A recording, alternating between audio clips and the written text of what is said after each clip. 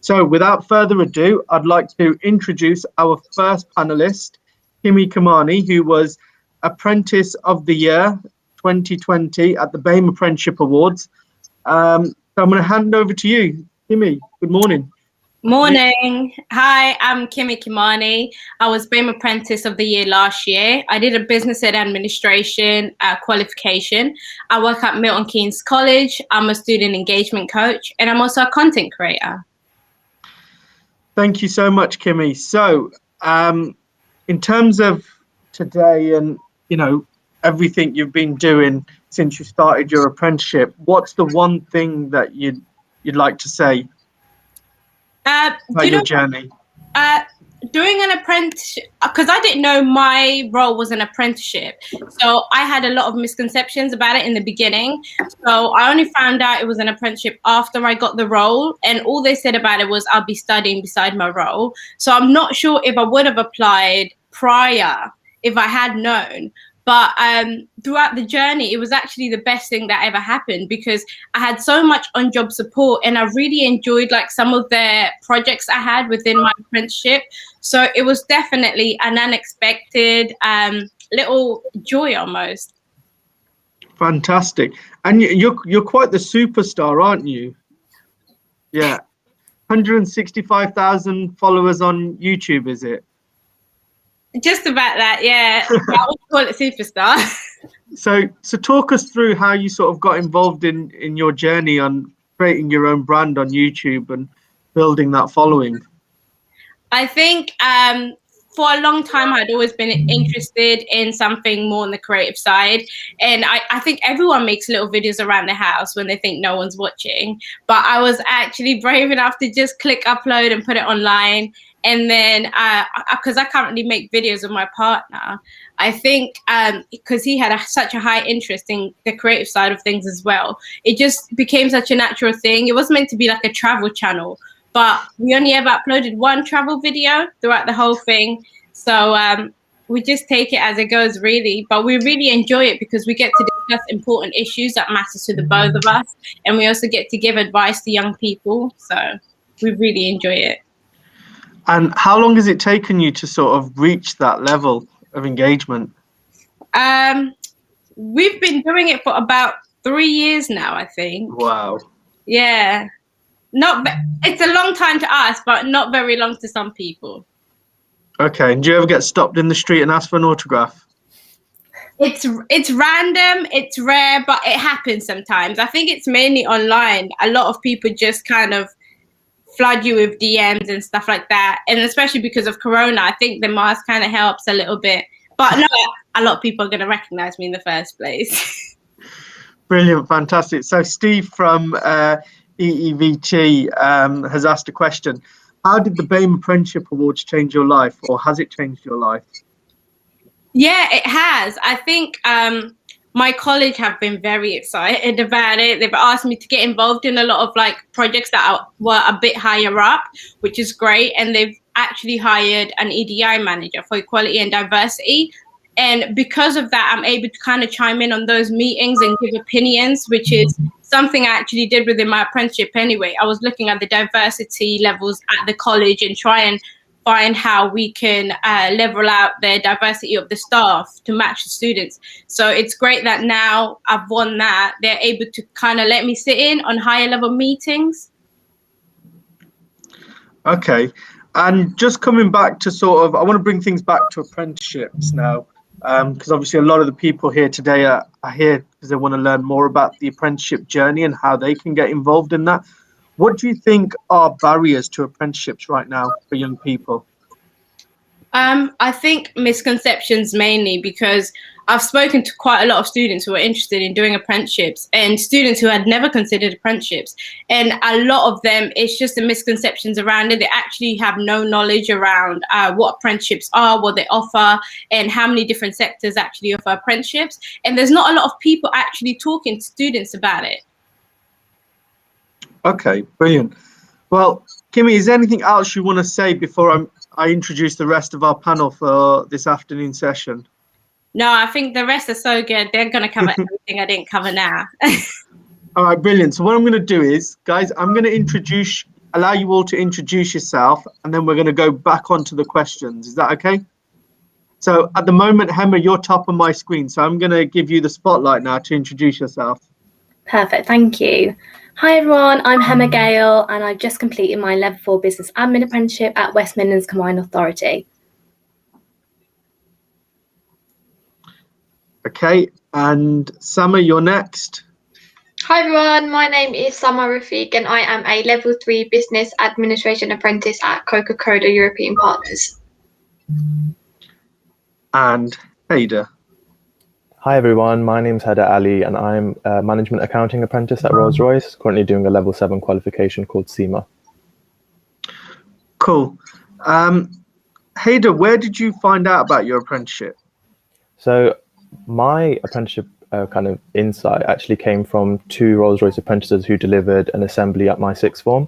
Because I was looking to go into accounting, the view I had was very much to look at the accounting firms, i.e. the big four for the apprenticeship. I hadn't actually considered doing a finance apprenticeship in industry. It just hadn't crossed my mind at that age. So finding out that an engineering company like Rolls-Royce had a perfect finance scheme for me really opened my eyes. And to be honest, I think that's the only reason I applied in time. I think had that assembly not been done at my sixth form, I probably would have missed the boat that particular year for the application window. So it just goes to show the importance of current apprentices and their work. So if you hadn't have seen that, so let's say, for instance, that assembly didn't take place, what, in your head, what was your journey? What would your journey have looked like? I don't think I'd be where I am today because, ironically, this was the last apprenticeship application that I was submitting in that year. All the previous applications I'd submitted, I actually hadn't been successful for. So basically all my eggs were in this basket for the apprenticeship. If I didn't find out about this in time and kind of applied when I did, I probably would have had to take a gap year if I wanted to do an apprenticeship, or maybe would have been pushed to go to university and potentially have dropped out if I didn't enjoy it. So I think everything works out in the end, but it was just clear that that one particular assembly was the kind of the nudge I needed to be able to go for what I'm doing today. Okay, fantastic. I'm going to hand it over to you now, Sama. Where did you find out about your apprenticeship, and was it your first option or did you have other options? So I found out about my apprenticeship by actually driving past the site that I work at. So I drove past Coca-Cola European Partners in Sidcup, and they had a massive banner that said 2019 apprenticeship applications are open. And I was in my second year of college, and I knew that I didn't want to go to university because I just didn't want to carry on with full-time education for like another 3 years. And I did think about apprenticeships, but I also just thought about going into full-time work. Like I wanted to work in a bank, so I just thought about applying for a full-time role in retail banking. And then I ended up applying for it, and yeah, like that's how I just drove past, and it was my only apprenticeship that I actually did apply for. So I think I'm really fortunate and lucky that I actually did get the one thing that I did apply for. Brilliant. Well, that's great to see that. Obviously, so your option was either go to work or do an apprenticeship. There was no university on the cards for yourself. No. So that's brilliant. Fantastic. I bet you was thirsty at the time when you saw the Coca-Cola sign. It was really cool. I didn't even know like the site. It's probably like half an hour away from my home, so I didn't even know it existed. And then when it said apprenticeships, I was like, oh my God, imagine working there. How cool would that be? Fantastic. Sounds like a dream come true then. Definitely. Hema, what about yourself in terms of, why did you choose to do an apprenticeship? I think apprenticeship wasn't really on the cards for me at the start. I had my university place set. I took a gap year because I wasn't entirely sure what I wanted to do. It was law that I was going to do, and I wasn't too sure because I saw my sister go through it. So I wasn't really sure. So I had a gap year, and I spent half a year deliberating on what to do. And I came across the Gov website, and I was like, oh, maybe apprenticeships. I heard a little bit about that at school, but no one really ventured into it. I didn't really know a lot about it. So I started to look on the Gov website, and I found West Midlands Combined Authority, and they did so many different apprenticeships, and I've dealt with the company before. So I thought, you know what, why don't just give it a chance, give it a try. I loved my work experience when I did it at school, and I really found that the work environment suited me more than anything else. But obviously coming from an Asian household, I was really expected to go to uni, you know, follow that law, doctor, dentistry. So I focused on that, and then I found apprenticeships was more suited to me than anything else. So I just chose what I wanted to do and just went through it. And I think it was one of the best decisions I've ever made. Brilliant, fantastic. Now, Kimmy, I know you already said you didn't know you was doing an apprenticeship and sort of landed in it by chance. But if you hadn't applied for a job at Milton Keynes College, what would you have been doing?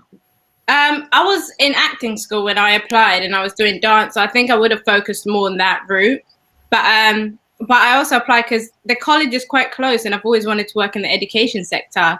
So that was an exciting opportunity for me. So had you done like A-levels before? Yeah, I did A-levels, and I also went to university. I studied psychology, and just before the start of third year, I just wasn't connecting with psychology, and we had like a little careers fair where they spoke about all the different jobs that you can go into with psychology, and none of them really connected with me. So I knew I didn't want to come back and finish a degree that I wasn't interested in at all. So I started looking for other options. My mum gave me a year to find another option, and I guess I did. Brilliant, fantastic. It's the best option you ever had, really, isn't it? It did. I've really enjoyed mine. Okay, brilliant, fantastic. So I'm going to go to a few questions now in terms of, you know, what do we think the issues are around apprenticeships? You know, how can we get more people involved in apprenticeships? And, you know, I want to hear what you think the advantages. So I think everyone here has said that they weren't really thinking about going to university. And I think the biggest issue I find is why are apprenticeships not seen as equal to going to university? And I'd like to understand from your experiences as to why that is, and how can we make people understand the value of an apprenticeship alongside the value of a degree. And, you know, why do people think that apprenticeships are not as important as degrees? And, you know, yourself, you know, Kimmy, you said at the start that had you known it was an apprenticeship, you probably wouldn't have taken it. Mm-hmm. Are you able to sort of explain why that is? I think for my project for my apprenticeship, I actually looked at why Bame people don't apply for apprenticeships, and I spoke to quite a lot of students about it from a Bame background, and a lot of them mentioned their parents. I think a lot of our parents are kind of, I wouldn't say in charge, but they have a big say in our education and choices, and because they don't have, and because probably our parents are the first people here, so they don't know a lot about apprenticeships. They're only familiar with their university route. So that's the only thing they can push you forward to. They have no knowledge about apprenticeships, what they are, how they can benefit people. So they can only push you towards the route that they know and they're familiar with, which is university. That was like the biggest thing I found from that project. Hammer, I know you've mentioned something similar in terms of your experience, you know, typical Bame parents, you know, in their head, and I understand why they think like that. You know, we did some research over the years, and for them it's about their children having the opportunities to get an education that they couldn't potentially, and it's about pushing their children to try and, you know, succeed in something they couldn't. And you see it in a lot of films as well, where, you know, for instance, if someone's a failed movie star, but they're trying to push their child into stardom, and we can see the same sort of scenario happening within Asian parents as well, and people from the Bain background. So how did you manage to convince your parents to think otherwise? Well, I did a lot of research on it first. I thought, if I'm going to approach them with it, I need to know everything about it. And, you know, it's not hard to find sites like this. Like LinkedIn was one of the big ones that had like so many connections. I met so many different people to talk to. So I kind of approached them in that way. And obviously it's kind of like a random thing to them. They haven't been taught what apprenticeships were. They just know uni. And, you know, with like my sister, she was a qualified lawyer. My brother's a neuroscientist. So to me, it's like, why are you going to do an apprenticeship? You might as well do uni. But I explained to them, you know, I'm earning my own money. You won't have to cover that cost. They're going to pay for my degree. I'll I'll learn different skills that I won't ever be taught in a uni, and I will gain my own independence. It won't be like you have to baby me anymore. So I felt like that was a really big key, like gaining my own independence, you know, doing what I really wanted to do. And I just took a leap, and, you know, it's really paid off, and I've enjoyed every single moment of it. So it really shows that you can do anything you want to do if you put your mind to it. Brilliant, fantastic. And Hader, you went for accountancy. Now that's an interesting one, because what was the conversation you had with your parents about your apprenticeship? So similar to some of the topics the guys have discussed, first generation sort of immigrants, which my parents would kind of fall under the category of, will kind of advise with what they think is best for you. But unfortunately, sometimes what they think is best for you is based on very outdated information. So they've not actually kind of updated their thinking to think, okay, what opportunities are currently available as opposed to the ones that were available, say, 10 years ago. So the apprenticeships like element, the concept of apprenticeships just wasn't something they were aware of. It wasn't that they were against it, they just didn't know what it was, and therefore it seemed risky. Just play it safe and go with what you know and what everyone else around you seems to be doing. But I guess I was fortunate. My uncle, who had actually gone, who works in finance, but had gone through the traditional university route, was basically advising me that an apprenticeship would be a perfect fit. And his argument was that had he had this opportunity when he was younger, he would have gone for it. So I think that was the key thing that made my parents realize that what I was presenting to them was something very credible. And it's just simply a case of the opportunities arisen over change in time, and it's just quite new. There's nothing bad about it. It's just new, and it might seem risky, but it's really not, because I was quite sure I wanted to go down this career route. So once I'd kind of explained to them what an apprenticeship was, and that it involved a qualification that was master's equivalent, it wasn't me going backwards, because that was another thing they initially thought. They thought after A levels I'd almost be going to like GCSE level, and to them it didn't make sense. So to then explain to them that actually no, it's progressing at a level that's above A levels, so it makes sense, and it will actually make me a qualified chartered accountant, whereas a degree wouldn't. Because again, that was a myth. I thought an accounting degree would make you an accountant, but turns out that's not the case. So there's a lot more learning to do after your degree, with a lot of professional qualifications, whether it's law, whether it's accountancy. You know, what they don't tell you is, you know, your degree is only part of it. It's after the degree training that you have to do, which is what you're doing now as an apprentice, which is the on-the-job training, learn the actual trade, is when you become qualified. So, you know, really interesting there. I was smirking while you were talking because I was reading the comments, and someone's asked in the question in the chat, has Hader ever gotten to drive a Rolls Royce during his apprenticeship? So this is something that everyone at Rolls-Royce gets, right? So we don't actually make the cars. That BMW own Rolls-Royce motors, so we've got literally nothing to do with the cars. So when I'm talking Rolls-Royce, think of aeroplane engines and planes in the sky, which obviously there's not a lot of at the moment. So yeah, that's literally the first question I always get asked is, oh, how much discount do you get on, you know, company cars? It's like 0. I'm assuming you guys deal with all the aerospace stuff over in Derby, yeah, that's so right. it's completely different department. Cool, right. So question here, let me get back to the questions. I'll let Sama answer this. Are you able to have a job as well as doing an apprenticeship, as the apprenticeship wage is lower than working minimum wage and may not be enough to support you whilst you're doing your apprenticeship?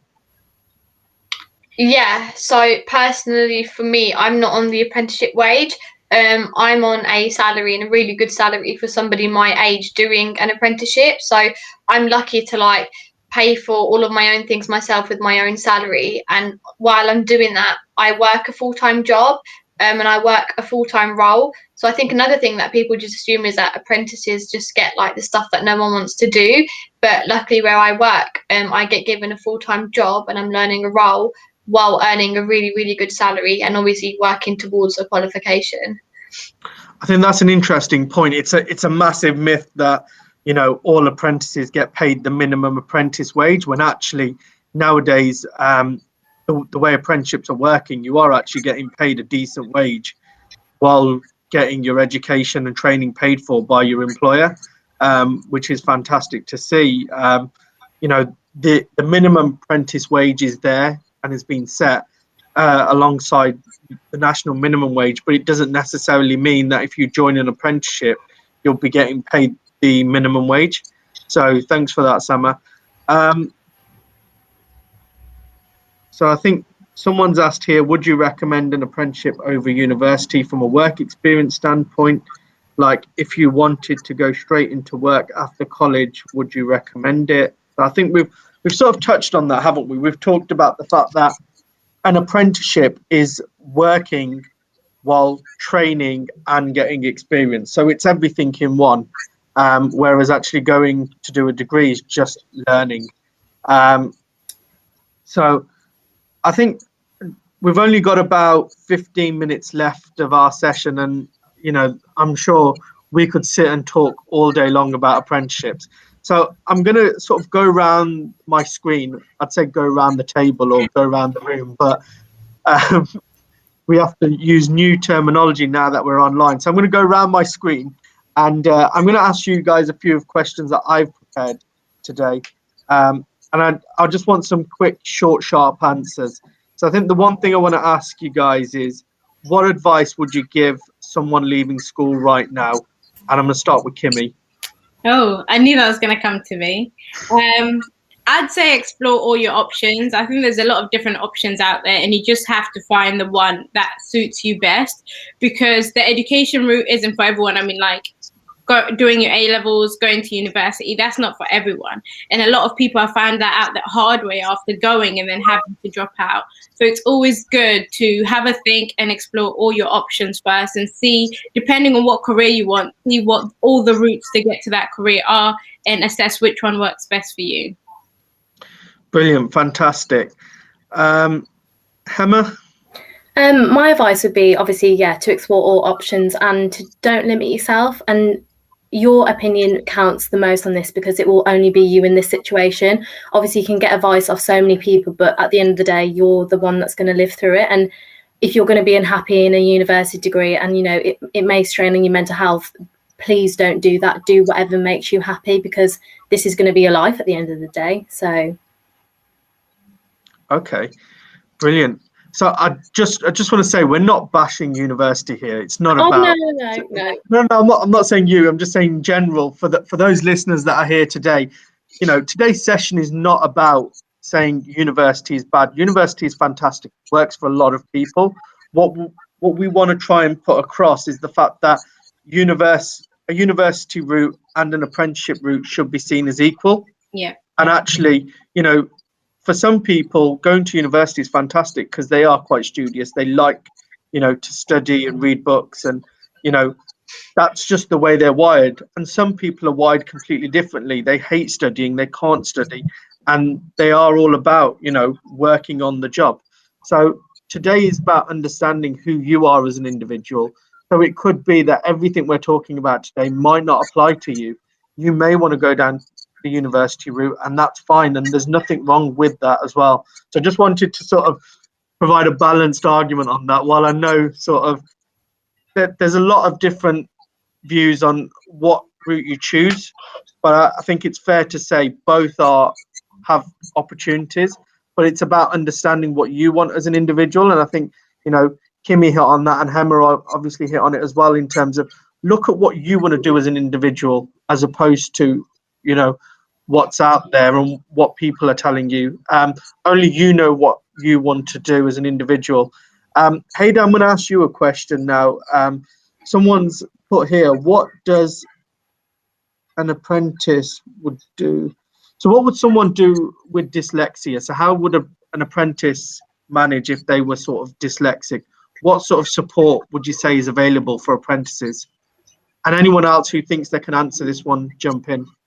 Yeah, so definitely when you're obviously when you're on an apprenticeship, you've got basically two key stakeholders. So the company you're on the apprenticeship with and your training provider.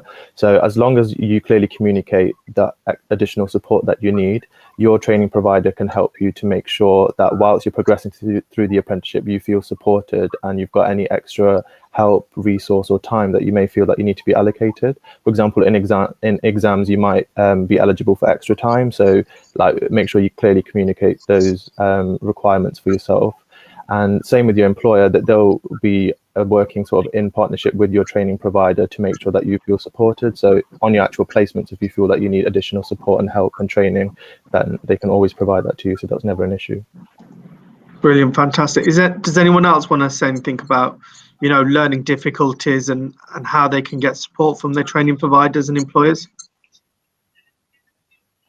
Anyone? No. I think just be like vocal about it and just let them know.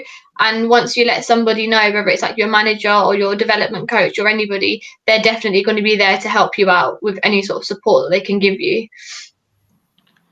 Okay, brilliant. So it's not about being on your own, it's like whether you was at university and you had any learning difficulties, you've got that support from your learning provider and from your employers. So, I think I'm trying to see who's asked the question, but if you feel that you've got certain issues that, whether it's dyslexia or you've got dyspraxia or any of these conditions which you think will affect your learning, be open and honest about it, be vocal about it.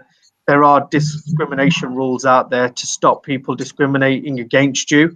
So don't ever feel that because you've got there's an issue there, don't ever feel that that's going to hold you back.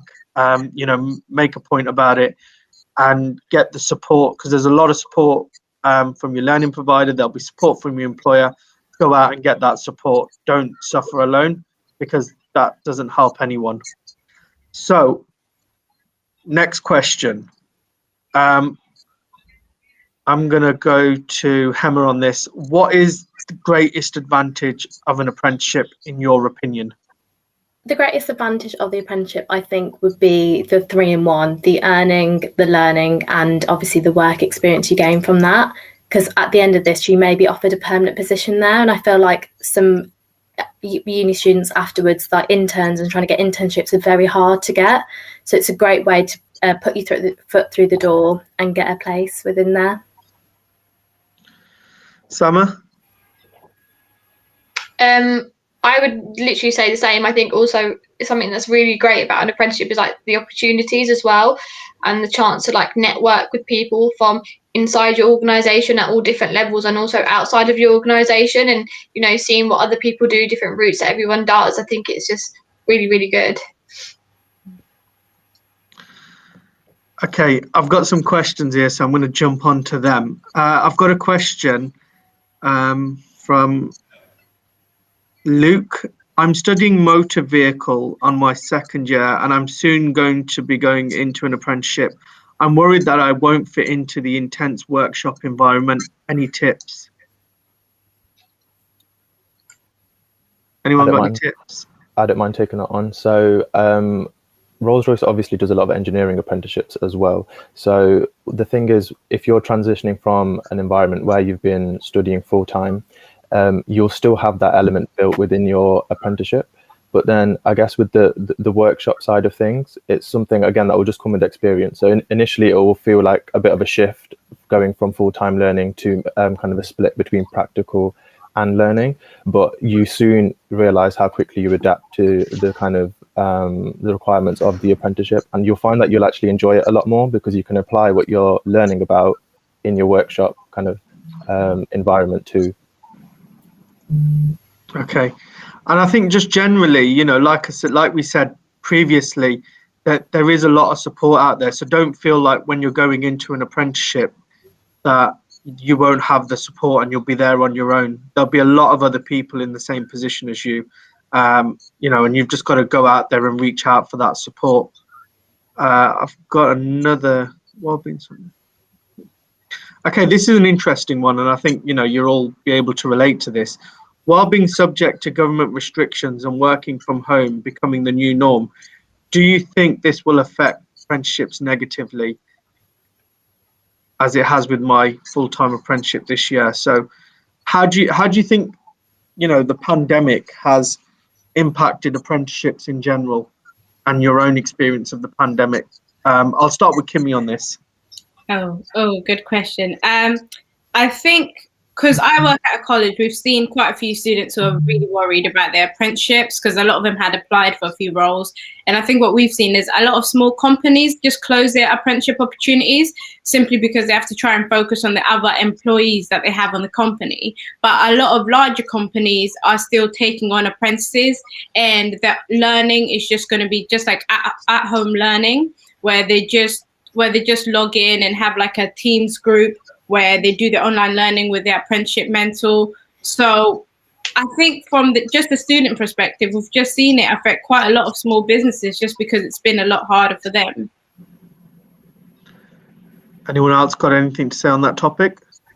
Yeah, I found it quite easier because I was coming to the end of my apprenticeship, but I can understand why it would be harder for apprentices to come into, because you're meeting people on Teams, you're meeting people on call, so you're not getting that interaction and you're not meeting other people that's similar, because obviously in an organisation you're going to be introduced to a lot of people, but through Teams it's difficult. So I can understand that, but I think it's dependent on what you're doing. It can be difficult, but talking to people, it's the way forward, really. Fantastic, brilliant. Okay, so we've got there's a question here in the chat. For some, the parents' misconceptions are a big barrier, and I think we've touched on this quite a lot, haven't we, in terms of parents? And I think from a college perspective, if you're trying to say how do you reach out to parents, I think what you've got to do is hit them with hard facts, and we've got to go. You've got to create material that myth busts all these crazy myths that there are around apprenticeships. That the old idea that apprenticeships are for children who can't study or aren't very clever, and all these really poor misconceptions that are out there in the market. You've got to be able to explain the hard facts about apprenticeships.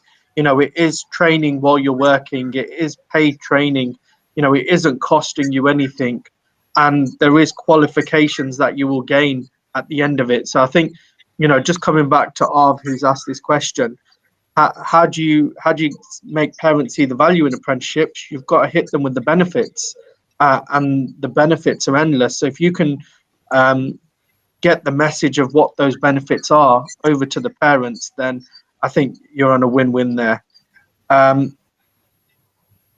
What can employers do to influence parents more? Again, just hitting on the same thing we've just said.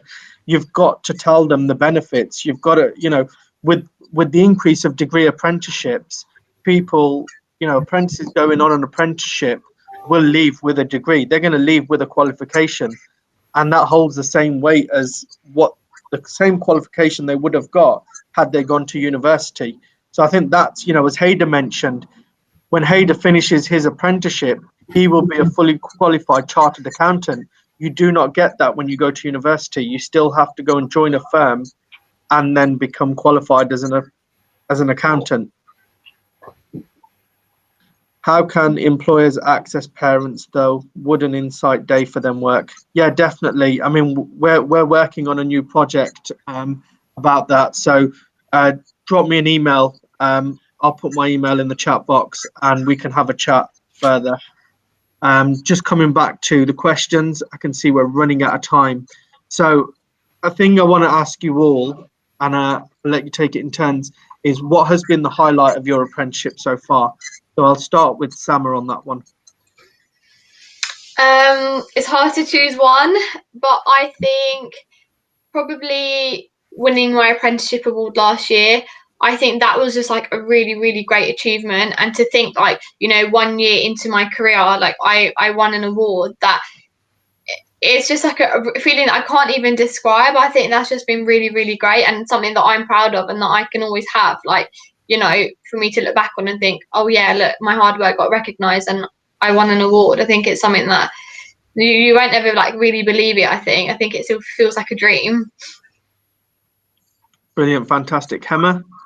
I think that obviously finishing my apprenticeship was one of the biggest ones that I've achieved. I'm really happy to, and also accepting a permanent position within my work and going on to do a chartered management degree is one of the biggest things that has happened to me in offering. So yeah, I'm really grateful for that.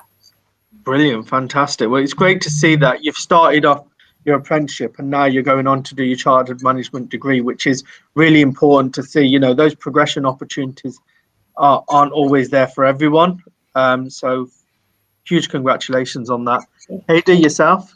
Yeah, I think similar to Summer, particularly given the year that 2020 was. I think winning Apprentice of the Year in the accounting and finance category was definitely my recent highlight. Again, there's so many other positive experiences and highlights from my apprenticeship, but I think that's definitely probably one of the biggest ones, because I got to share it with my family, especially with everything being remotely. Everyone seeing the kind of award ceremony and almost being involved on that journey with me was just a really special moment. And Kimmy? I think for me it was my apprenticeship project, simply because they allowed me to choose what the project was about and run the whole thing. So I chose to focus on, because I didn't know what apprenticeships were, just to focus on why Bame people don't actually do apprenticeships and why there's such low numbers.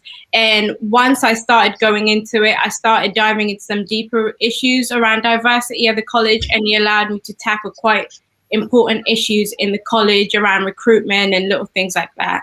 So that was really important for me to do that. So I think that was definitely a highlight, as well as the awards as well. Brilliant, thank you so much. And there's a question here, and I'll send this over to you, Kimmy, based on your experience. As a young member of the Bame community, was there anything particular that attracted you to your employers? So do you think employers are looking for positive discrimination opportunities to take on people from Bame backgrounds? I think what I found is different. I think a lot of students from a Bain background are quite intimidated to apply for big companies on an apprenticeship, because they're not sure they're going to be accepted or they're going to be the right fit for it as well. But what drew me to mine is because I already kind of knew the college was quite diverse, because looking at the area I live in, so I knew the student population would be diverse. And then, so yeah. Don't really quite know. Anyone can chip in on this one if they feel like they can answer it a bit better. Guys, anyone else? Do you think employers are targeting people from Bame backgrounds to employ them? You know, is it a quota thing, or is it, you know, are they seeing there's more value in having a diverse workforce? I do think some are trying, but there's been quite a lack of like Bame apprentices being taken on. Anyone else got anything to say on this one?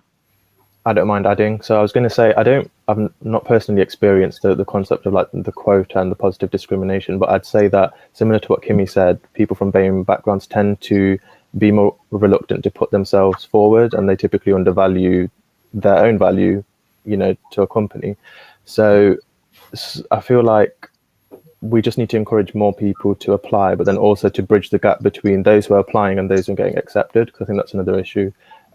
So having more kind of diverse interviewing panels, etc. Brilliant, fantastic. And the last question I'm going to ask you all is, what has been your greatest inspiration in your apprenticeship? I'll start with you, Hader. Greatest inspiration, to be fair, I think it's networking with other apprentices like the guys we've got on the panel. I think especially when I started taking LinkedIn more seriously and seeing that there were more people like me, more trailblazers out there in the space of apprenticeships, it just inspired me to almost amplify what I was already doing on a whole nother level. And seeing, you know, previous winners from the Bame Apprenticeship Awards and hearing their stories, for me, is probably like the biggest inspiration from current apprentices. Emma? I think the same. I think joining LinkedIn was one of the biggest ones, because there are so many people out there that want different opportunities and are looking for them. And I never knew how many Bame apprentices there were and how many people were in similar positions to me. I always felt quite alone on that. So I definitely think places like this, conference calls like this, is an amazing inspiration to everyone. Summer? I think it's actually like people within my company, and seeing them at the level they're at in their work, they've kind of inspired me to know that I can continue working hard and I can continue, you know, with the work ethic that I've got. Maybe I can be in their position one day. Like where I work, we have like a vice president who once started off as an apprentice. So it's really inspiring to think that just because you're an apprentice, it doesn't limit to the fact that you can actually get to where you want to be. So I think definitely other colleagues within my workplace. Brilliant. And last but not least, Kimmy? Yeah, I think similar to everyone else, I think networking with other apprentices and hearing about their journeys and what they're doing, I think that inspired me a lot, as well as my apprenticeship mentor. He just seemed to believe in me in everything that I did. He always thought I could do it. So I think that was great for my confidence throughout my apprenticeship. Brilliant. Fantastic. Well, you know what? You've all been amazing, and I wish we could just keep talking because this is great.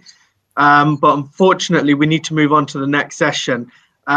If you guys are hanging around, please do get involved in the networking. I'm sure people want to talk to you more. If you're watching and you want to hear from any of these guys, send them a private message, sit down on a table with them after the event. So from 2 o'clock, there'll be open networking, so you can sit on the tables and speak to them and ask them questions, or drop me an email. So my email address is in the chat section.